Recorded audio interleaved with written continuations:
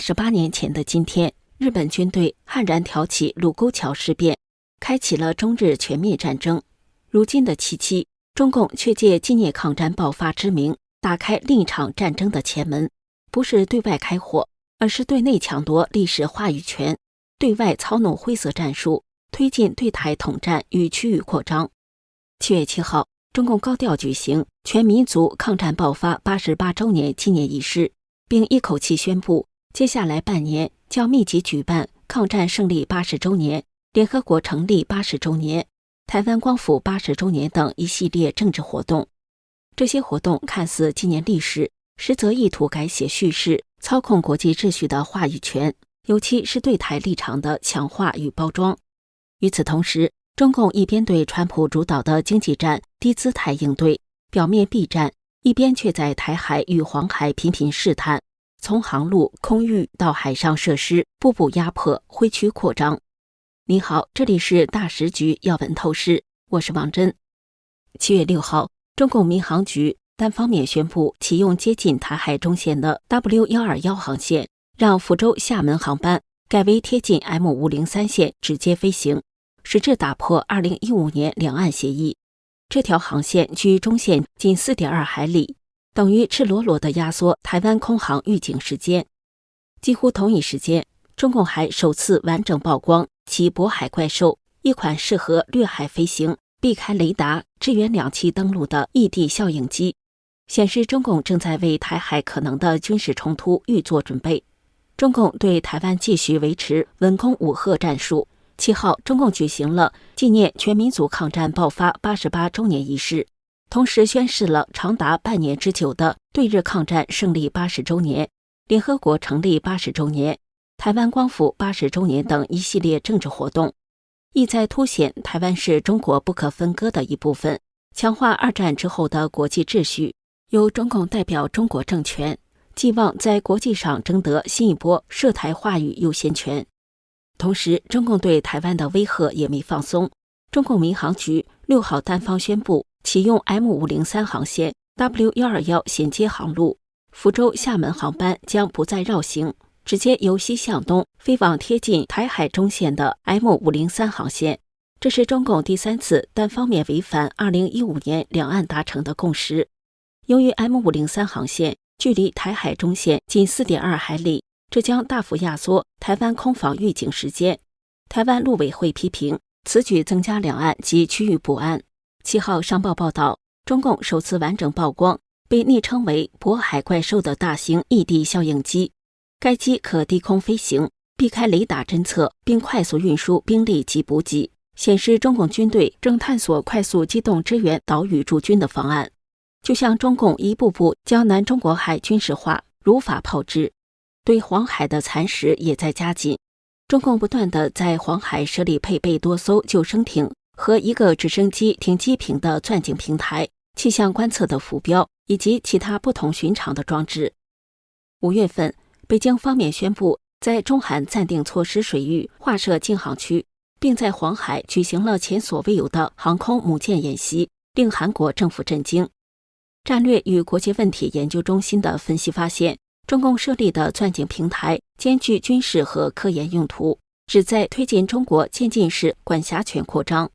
中国通过建造海上设施宣示领土主张的做法由来已久，中共正在效仿南中国海，试图将黄海进行侵吞占领和军事化，以便部署其海军和导弹火力，阻截美军的支援，应对台海战争。面对中共的称霸野心，川普政府针锋相对，并暗示如果台湾问题引发美中之间的冲突，美方或将调派驻扎在韩国和日本的数万名美军。7月4号，美国国庆日，川普总统签署了大而美法案，但中共却没有像以前那样提出指责和批评。纽约时报分析，中美双方刚从互征高额关税转到脆弱休战状态，北京可能认为没有必要通过公开批评该法案来激怒川普。中美双方甚至可能正在为川普与中共最高领导人习近平的会晤创造条件。上海的国际关系学者沈丁立认为，川普的大而美法案成功的几率充满不确定。该法案可能削弱美国实力，可能间接帮助中国再次强大。《华尔街日报》报道，在中美冲突中，美国总统川普正在发动经济攻势，而中共领导人习近平则在打一场冷战。在与美国展开贸易谈判之际，习近平有一套他酝酿多年的大战略。美军对伊朗核设施成功轰炸的午夜之锤行动，极大地震撼了中共。习近平深知美国在经济和军事上持续占据优势，因此他力求避免直接对抗，同时在一场持久的全方位竞争中维护中国的利益。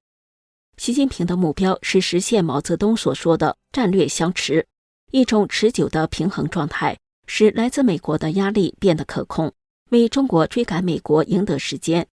北京当局正在奉行一种游击战，其灵感来自亨利·基辛格对非对称冲突性质的分析：常规军队不赢就是输，游击队不输就是赢。曾在奥巴马政府担任高级国家安全官员，现为乔治城大学教授的埃文·梅戴罗斯说，中国的经济和外交政策都在为与美国的长期斗争做准备。